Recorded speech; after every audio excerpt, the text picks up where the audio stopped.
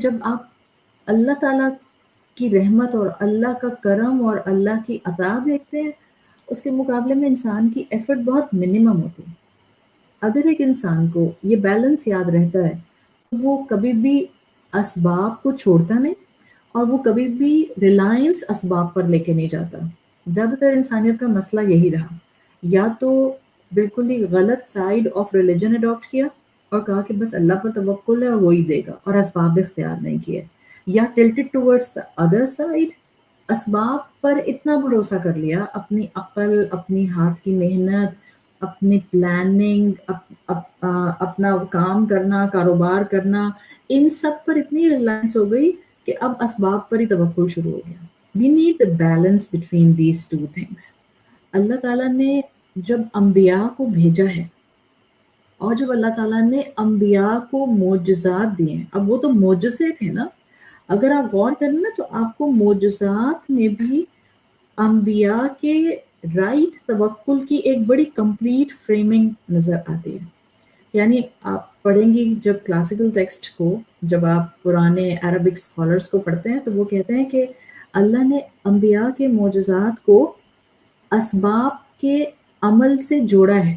مثال کے طور پہ کیا نوح علیہ السلام کا کشتی بنانا اور ایک جائنٹ شپ اس وقت بنانا اور اس جائنٹ شپ کا اس ایک طوفان کے اندر اور ایک سپلینڈرس فلڈ کے اندر بچ جانا اور پھر ان سب لوگوں کا اور ان سارے جانوروں کا بچ جانا جو اس کشتی اور اس بوٹ اور اس شپ کے اندر تھے، that was miracles in nature.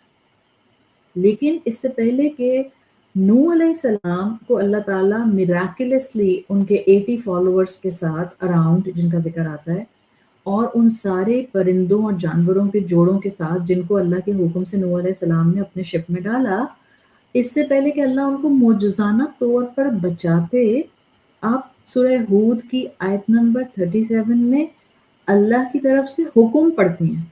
یہ تو معجزہ تھا اور اللہ کو ضرورت نہیں تھی کہ اللہ تعالیٰ کسی انسان کے ذریعے کسی سبب کو درمیان میں لاتے. اللہ کا تو کلمہ کن کافی ہوتا ہے. But he wanted us to see the balance between tawakkul and asbab.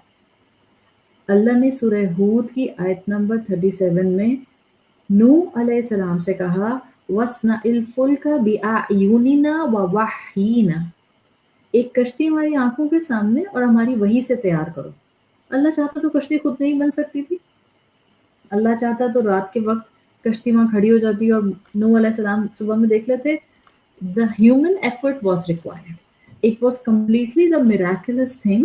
جس طرح سے نوح علیہ السلام کو اللہ تعالیٰ نے اس طوفان میں سے بچایا، جس طرح سے اللہ تعالیٰ نے ان کی پروجنی کے تھرو دنیا کو آگے چلایا، it was miraculous in nature. But عمل کے ساتھ، اسباب کے ساتھ معجزات کو جوڑا گیا ہے. You can see this in the stories of prophets, even in Quran.